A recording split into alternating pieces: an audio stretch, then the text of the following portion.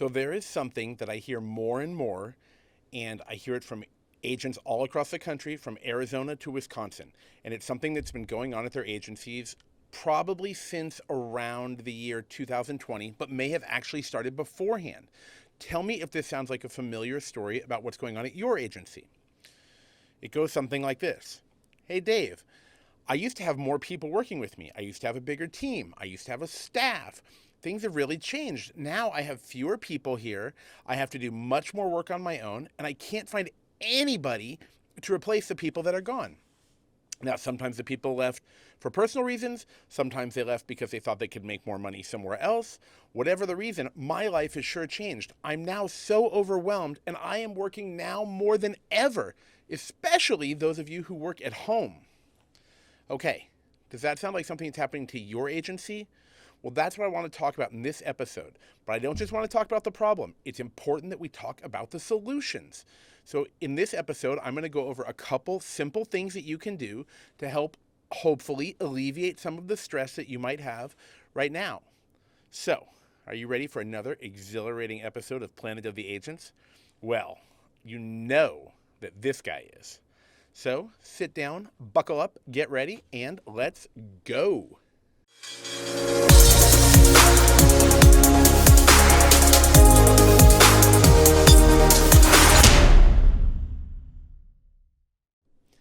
Hey everybody, it is your host here, Dave Baker with Planet of the Agents. Now, wherever you are listening, whether it's on YouTube, which I hope you are now watching the new YouTube channel, or if you're listening on a podcast show, make sure that you tap the little like button, the little heart, whatever you see. Maybe it's a star. I would love it if you clicked on one of those. And of course, make sure that you're subscribed to the show. If you're watching on YouTube, you know to click the little notification bell so you'll be notified every time a new episode comes out. Or if you're on the podcast, make sure that you are a subscriber with active downloads.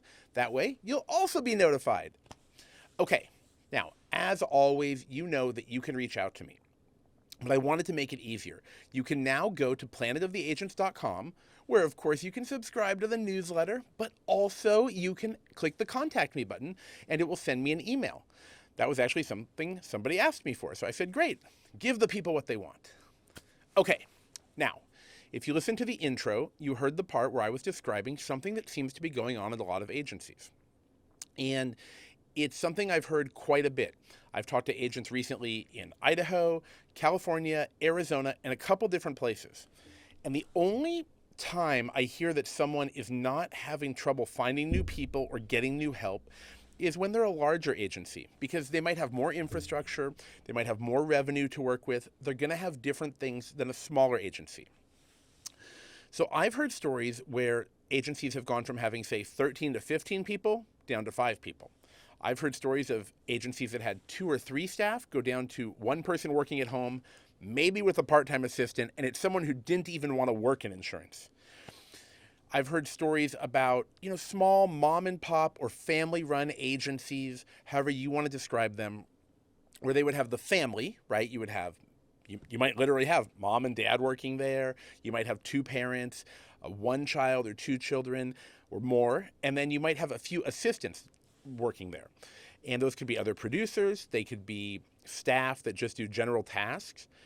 And then what I hear is, hey, those people are gone now, and I don't think they're coming back. Now, it could be for a lot of different reasons. Look, I know sometimes there are personal issues. Sometimes people just don't want to work at the business anymore. Sometimes people hear about higher salaries they can get at easier jobs. Sometimes people want something more relaxing. And one thing that I think is a notable problem in the insurance industry, particularly for agents, and that goes for captive and independent agents, and those of you who are hybrid, I know those are out there as well, is that you might not be able to pay competitive wages. So here's something that really got my attention. I was walking by Panda Express, which I'm assuming most of you have heard of. I believe it's nationwide. It is like a fast food Asian food restaurant or casual takeout, whatever term you want to use. And they were offering, are you sitting down? They were offering on the sign $21 to $24 an hour to start, plus certain benefits. Okay. I'm sorry your feet. I have heard agents tell me that they pay or paid in the past anything from, say, $8 an hour to $15 an hour for some basic assistance. Now, I know those of you who work out there at bigger places where you have a larger budget and everyone doesn't wear 10 different hats, you might pay significantly higher wages. I will never forget this time that I went to lunch with a carrier. There were 2 reps there, and they said to me, why don't you just hire like a quick assistant for like $75,000 to $95,000 just to take a little burden off of you to help fill out some applications or do some paperwork processing. And I was thinking to myself, did this guy just tell me to just hire someone casual for almost $100,000, not including all of the other costs beyond the salary? I was just shocked, because when I talk to most agencies, I find that those are not the wages I see for assistants, or whatever term you want to use. You could call them CSRs, you could call them customer service in a different way, or client managers. Again, I'm primarily talking about the agents out there who are working at home, working in co-working spaces, working in small retail locations, working in offices, etc. So I think that's a shock for a lot of people. So I want to talk to you about a few things you could do to potentially make your life easier.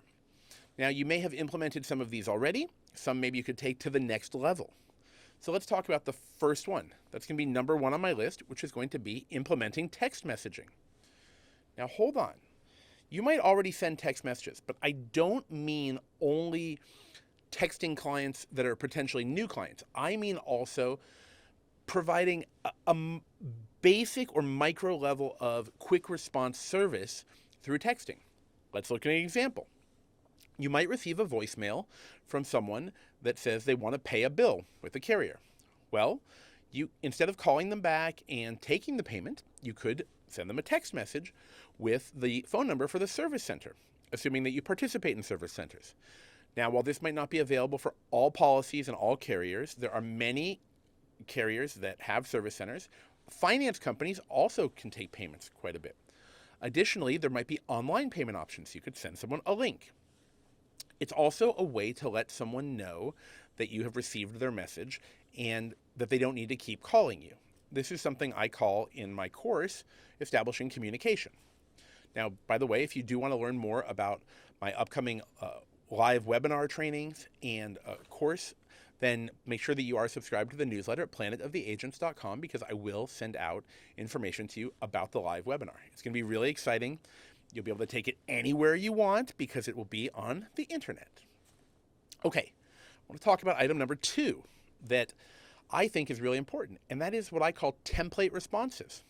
Sometimes this could be called canned answers. There are different terms for this.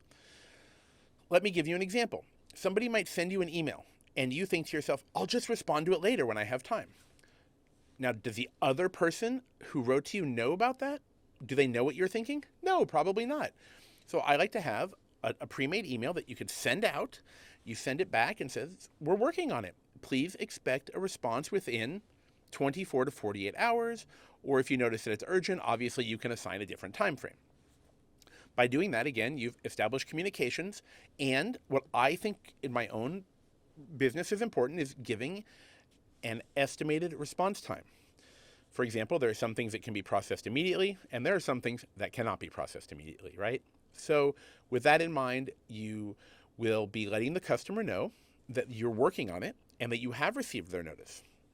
Now, sometimes I get automated out-of-office replies.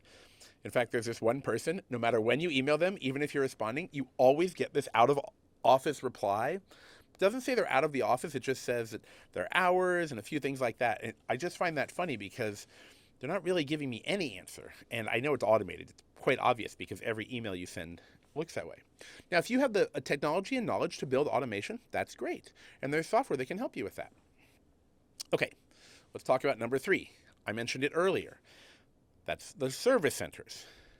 Now, I know when the service center concept first came out, it wasn't popular, and it's not for a lot of reasons.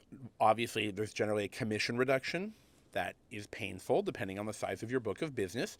Sometimes it's not, sometimes it is. Additionally, the service center might not provide the type of service that you want specifically. But let me ask you a question.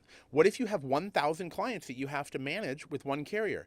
That can be very difficult. You might not be able to provide the real-time service that they need. For example, if you're doing something like a mortgagee change, what if you directed the company to the service center and then let the carrier process that change for you? That would take a burden off of your table. And recently, I heard a lot of agents complaining about the amount of work they had to do changing mortgages. Okay, next, let's talk about number 4. How to reach you. Well, I find this interesting. People think, well, everyone just calls me, and I understand this concept. But what if you told people about the other ways that they can reach you? Okay, let's go over some examples. On your phone system, when someone calls you, you could have an outgoing message saying, did you know that you could send us a text message at this number? Did you know that you could email your requests to this email address? What if people actually don't know that they can reach you in different ways? A lot of things could actually be sent by email. I can think of all the times that I received message after message from lien holders, mortgagees, and people who needed to ultimately send a document, but they didn't know where to send it. So they would leave a message saying, call me back and tell me where to send it. Then we would call some 800 number or similar, wait on hold. They would try to find the customer. They would leave a generic number. They didn't say who it was for. And it was a tough situation. Instead, you could have something on your menu system like press whatever number for updates to policies as a mortgage company or escrow or title company. Provide them with an email address, a fax number, a texting number. What an idea. So I think letting people know how to reach you is important. I also like call scheduling because a lot of people are interested in scheduling a time to speak with you. There will be those people who don't like seeing that link. Yes, I've heard people say that on LinkedIn and other social media. Don't just send me your calendar. But I notice that's more in B2B, business to business, not so much in business to consumer. Being someone who works with agents, people do schedule calls with me, but I receive mostly emails. And would you believe that on my voicemail, it says, did you know that you can send me an email? Here's how you reach me by email. You can also send new submissions to XYZ email address. And guess what happens? I'll see the phone ring. I cannot answer it. Perhaps I'm on another call or in a meeting. And a few minutes later, I will receive an email. Amazing. Okay, let's talk about item number 5 I wanted to bring up. This is going to primarily be for commercial agents, and that's going to be automatic certificate creation or a certificate portal or a client portal.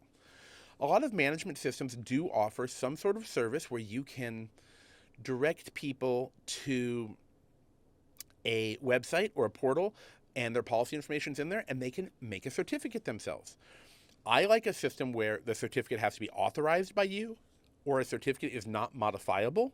So you make a primary or master certificate or a generic certificate. Maybe they can only put in a small amount of information such as the name and address of a certificate holder or additional insured or something like that. It's going to vary by the software that you have, but there are a lot of great options out there. And I am looking for something where I can get a deal for the newsletter subscribers / members of the website.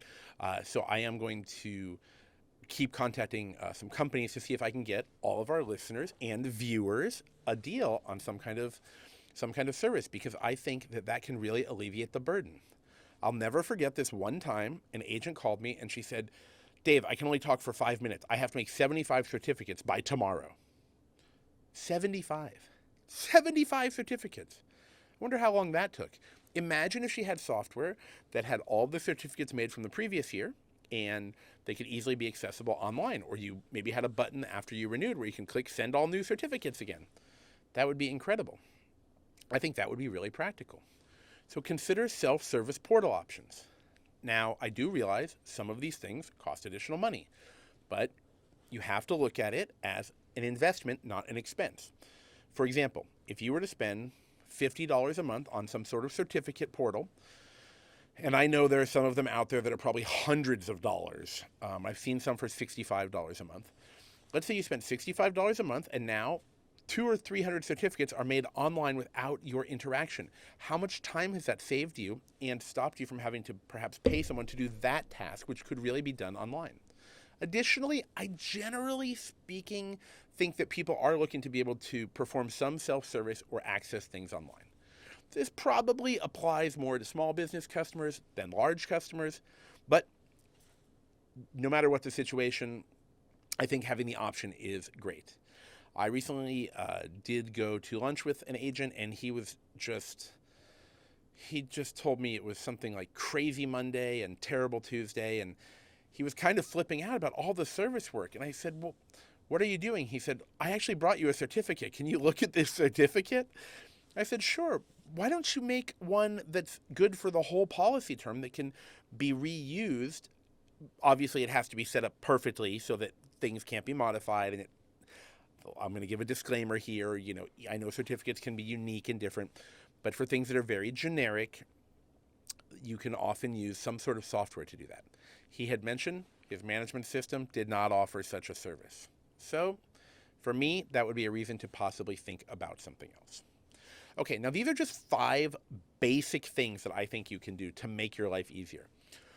I'd like to hear what else you think I should talk about when it comes to this situation, or do a deeper dive into, but additionally what you're doing and where are your pain points. So please send me an email on the website. If you're watching on YouTube, drop a comment below. I really want to talk about these things because we are a community of agents, right? Planet of the Agents, the place for agents to come together to work to solve problems, to improve our agency. And that is really the focus that I want to target. I want to make sure that our community of insurance agents is here to help each other, because it's not a competition. It's a team sport. We can all help each other because there's more than enough business to go around. And sharing ideas can make everyone's lives easier, more efficient, more relaxing, and hopefully help you increase your revenue while maintaining or ideally reducing your stress level. I just want to leave you with this thought. I was recently reading about the top 5 regrets that people have towards the end of their life. And one of them was, I worked too much. And I was thinking, yeah, you should be doing something that you love. And if we could all work to live rather than live to work, that would be ideal. Now, that's not an opportunity for everybody, especially if you're out there and you're hustling and you're building up your business. That's awesome, and I'm proud of you. But as you stay in business longer and as things change, maybe you want to relax a little, enjoy the rewards of what you have achieved. Okay, now, of course, do not forget to subscribe. Go over to planetoftheagents.com. It is mobile friendly, and you can just throw in your name and email address so you can get access to the newsletter. That's where I'm going to make announcements. That's where I do make announcements. That's where I'm going to talk about the upcoming webinar, the course, the live series. I'm super excited about this because I built this from real life examples, and I cannot wait to help you grow your business. Lastly, if you are watching on YouTube, of course, don't forget to click that notification bell and click that like button and give us a little thumbs up. Okay, everybody, until the next episode, you know how to reach me. It's on the website, planetoftheagents.com. Take care, and I cannot wait to see you again.